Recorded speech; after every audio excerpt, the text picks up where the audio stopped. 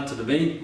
Vamos conversar hoje na nossa série Pedagodrops sobre a primavera. Eu estava hoje de manhã pensando, olhando no meu jardim, uma cena me chamou muita atenção. Brotos das flores começaram a se abrir. E é interessante, às vezes a gente tem a sensação de que as estações do ano não estão muito demarcadas, mas aqui e ali, de vez em quando, a gente percebe que a natureza continua ali na sua sabedoria, nos encantando. Você, professor, professora, tem estado muito ocupado, muita correria para notar esse tipo de situação, perceber uma árvore, uma flor, olhar para a natureza? Outro dia, lendo no livro Felicidade Construída, do Paul Dolan, me chamou a atenção quando ele explica por que muitas vezes a gente tem a sensação de que a vida está correndo. Você já teve essa sensação? E agora, nessa virada de setembro para outubro, muitas vezes a gente sente isso. Tem até professores que dizem que os alunos ficam com a setembrite, que principalmente o pessoal que sai da escola, porque começa a vir uma onda de calor, muitas vezes a reta do final do ano ela se avizinha, e aí nesse momento final, muitas vezes as pessoas já falam, terminou o ano, e não é bem assim.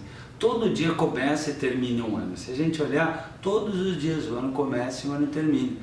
Então, não seria no mínimo injusto, cruel, uma perda grande a gente olhar para a vida e pensar assim, peraí, ainda tem outubro, ainda tem novembro, ainda tem dezembro, tem muito tempo pela frente.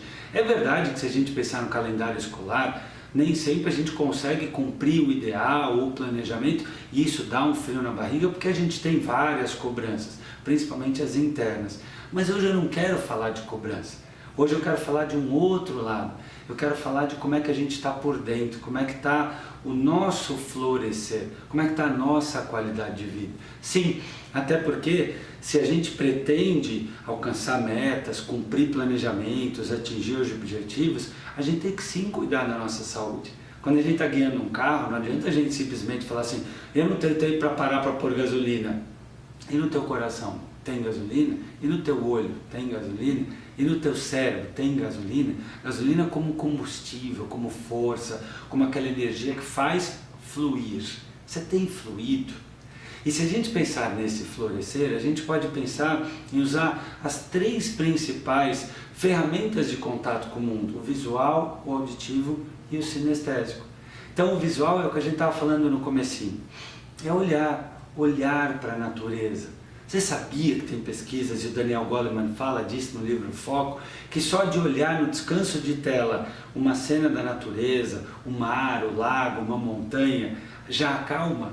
Sabia disso que estudantes que fazem uma prova e antes passeiam por um jardim ou observam fotografias de natureza têm até mais memória e menos ansiedade? Então imagina nós que vamos ter justamente que, como líderes da história, como capitães do barco, como mestres do caminho, vamos ter que gerenciar o estresse, a falta de tempo, a ansiedade dos alunos. Então a gente precisa estar muito no eixo. E isso começa com a gente perceber as coisas boas e bonitas da vida. A gente olhar assim ao longo do caminho que a gente vem para a escola, o belo, olhar para aquelas crianças, para aqueles adolescentes, com um olhar bem educado, que não fica procurando só problemas, só maus comportamentos, só os erros. Um olhar que inclua, um olhar que abrace, um olhar que acolha. Porque a aula, a gente sabe disso, começa no seu bom dia. Se o seu olhar não transmite um bom dia, você já está ali matando os alunos, que, como a gente já falou aqui várias vezes, vão imitar este comportamento de falta de vontade. Professor que entra, gente, bom dia, pessoal, ou sentado, sem vida, ele não abre o coração do aluno. O segundo ponto é o auditivo, vir para a escola escutando uma boa música, com bons pensamentos, pensando numa estratégia bacana de trabalhar aquele tema, buscando dizer a si mesmo frases motivadoras, se auto-incentivando, dizendo para si, bom, a aula passada não foi tão legal, mas hoje vai dar certo. Hoje eu vou dar aula para aqueles meninos, tem uma turma ali que não para de falar, hoje eu vou incluir eles na aula, hoje eu vou trazer eles mais para perto de mim, vou começar a aula perguntando, oi Felipe, bom dia, como é que você está hoje? Ou seja, eu proativamente vou educar o meu olhar para procurar possibilidades, vou me dizer sobre oportunidades E fundamentalmente, além do visual e do auditivo, que é o que a gente se diz e procurar ter músicas boas, conversas boas, as atitudes. De nada adianta a gente querer ser feliz se a gente não age de acordo com isso. Esse livro que eu citei, do Felicidade Construída, ele mostra que felicidade é um bom equilíbrio entre prazer e propósito. Então que tem horas que a gente quer o prazer, a gente quer ser feliz, a gente quer se divertir, mas não é isso que a gente vai ter. A gente vai ter o quê? O significado, o propósito. E por um lado, se a gente não tem um bom equilíbrio, às vezes a gente fica também só no propósito, no propósito, no propósito e não busca o prazer. E você, tem procurado ter uma vida equilibrada? Tem procurado abrir os olhos para as oportunidades boas da vida? Você tem se olhado com carinho? O seu olhar inclui ou afasta?